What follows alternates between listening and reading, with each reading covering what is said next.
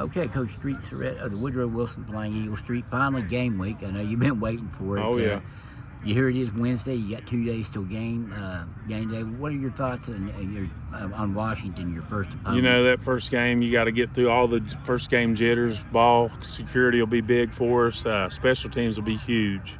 That's always huge at the beginning because, you know, not everybody works their special teams as hard as they should. And, you know, I'm just hoping our defense keeps getting better. It's gotten better through each scrimmage, and we'll just get better Friday night. Do they look like a pretty good team again? I mean, last year up there, season over, you guys you know, they were senior. They had a lot of seniors, but they lost a lot of people to that daggone transfer portal. So, but we've seen their 2 scrimmages and scrappy bunch. They're going to come. They're going to throw the ball around, and they're going to try to run a little bit. Good, tough quarterback runs the ball. So we're liable to have our hands full. I know you guys have opened at home here before the season over. It just seems like it's been a while since you've done it. I guess it's been a couple of years. Yep.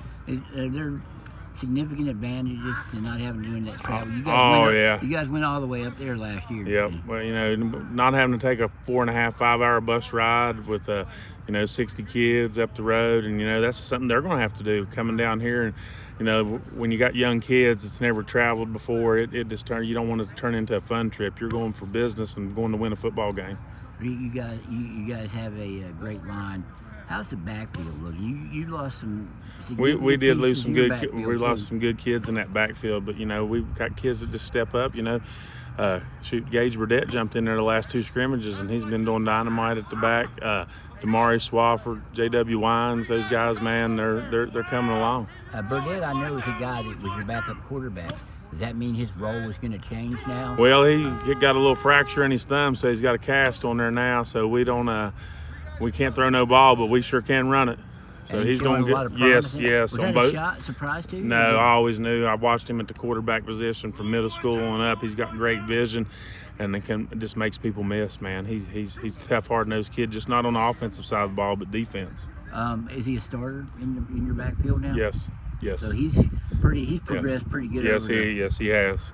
So the thumb break, I guess it was, I don't want to say a broken bone, it's never good for a kid, but it did give you a chance to look at him. Oh, yeah. I mean, either way, he was going to be getting touches on the ball, receiver, quarterback, wherever he's going to be. He's too valuable a kid not to have on the field. So now he's your RB1. Yep. He's going to run that ball.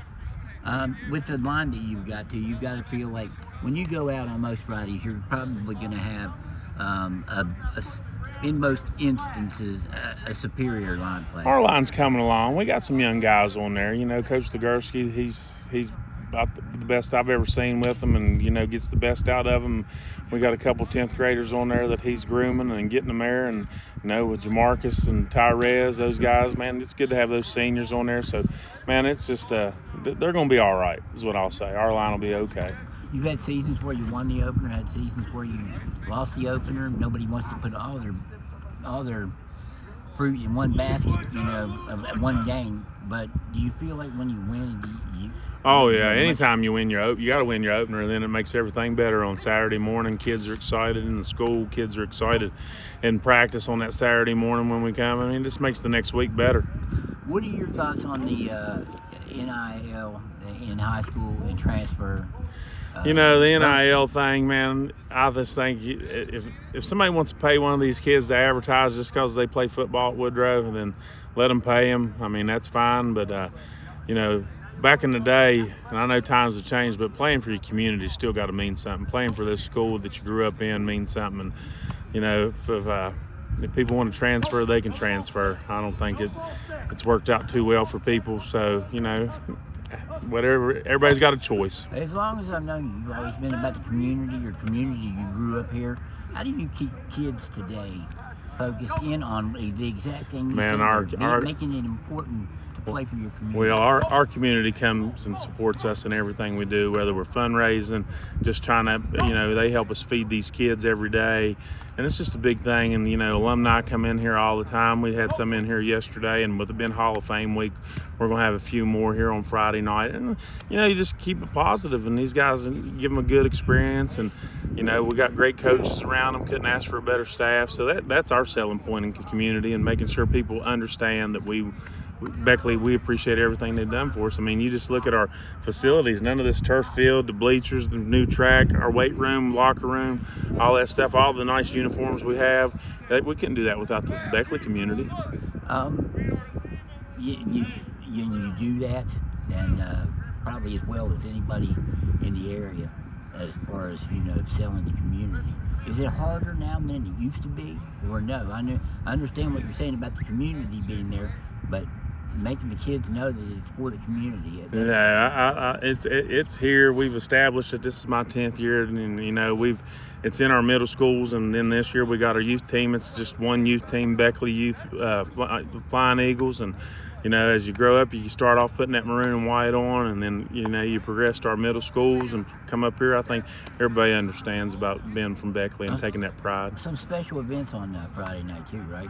Yes, sir. Yeah, field naming, yep. Along with the Hall of Fame. Hall of Fame. We're inducting Ian Pomeroy. Had an outstanding career here. First team All-Stater. Went on to Glenville to be an All-American, and then we're going to name the field after Coach Colasurto. I always thought that that's something the coach should have got for him when he retired, and from coach and everything that he did here. And so I think it's going to be a special night for the Colasurto family because they put a lot of time and sacrifice into Beckley athletics, and it's well deserved for Coach. That would be the Pete Colasurto Field. Colasurto Field, right? Coach, yes, okay. Pete Colasurto Field, Van Meter Stadium, Pete Colasurto track. Coach, I'd hate to think of the time that Coach has spent out here at this field since 1985 to 1999. Yeah, a lot of time. A lot of time. A lot of years. And you're getting to be on that same track. Oh, I don't know if I'll have as many as Coach had, but Coach spent a lot of time. He always kept that weight room open for us in the summers, and was to be out here. He cut his own grass, done those things. So, man, we just appreciate what Coach did for us. I wanted to ask you too about your quarterback, Gage Price. He had a pretty good last year. His first year as a starter. But what about him excites you for this year? Man, he's just grown so much in a year's time, got bigger and stronger, and just really buying into learning the system, developing as a quarterback. So he's a leader on the field. He's an extra coach on the field, and I just look for so many special things that come out of Gage. You talked about his summers too. I mean, he spends a lot of time. I know he's an outstanding baseball player, plays a lot of sports, but he spends a lot of time working to be your starting quarterback. Yes, he did, and he's put the time in. Like you said, he'd be playing baseball, but you'd see him out here on Saturdays and Sundays with his receivers working, and never missed a day of weights the whole off season. I think he might have missed one when they got back late from a game in Hurricane or Cabell Midland, but other than that, man, Gage has done everything we've asked him to do. What's it mean to you to come out here on a Saturday, Sunday morning, afternoon? He's out here filming. I love it. That's what this turfing this field was for. And everybody always thought we was just turfing it for home games and football games, but man, we turfed it for our Board of Education, turfed it for the community, for our kids, and for them to come out here and use it and get better at athletics. All right, Steeet, I appreciate it, and good luck against Washinton. Hey, thank you, Dave. I appreciate you.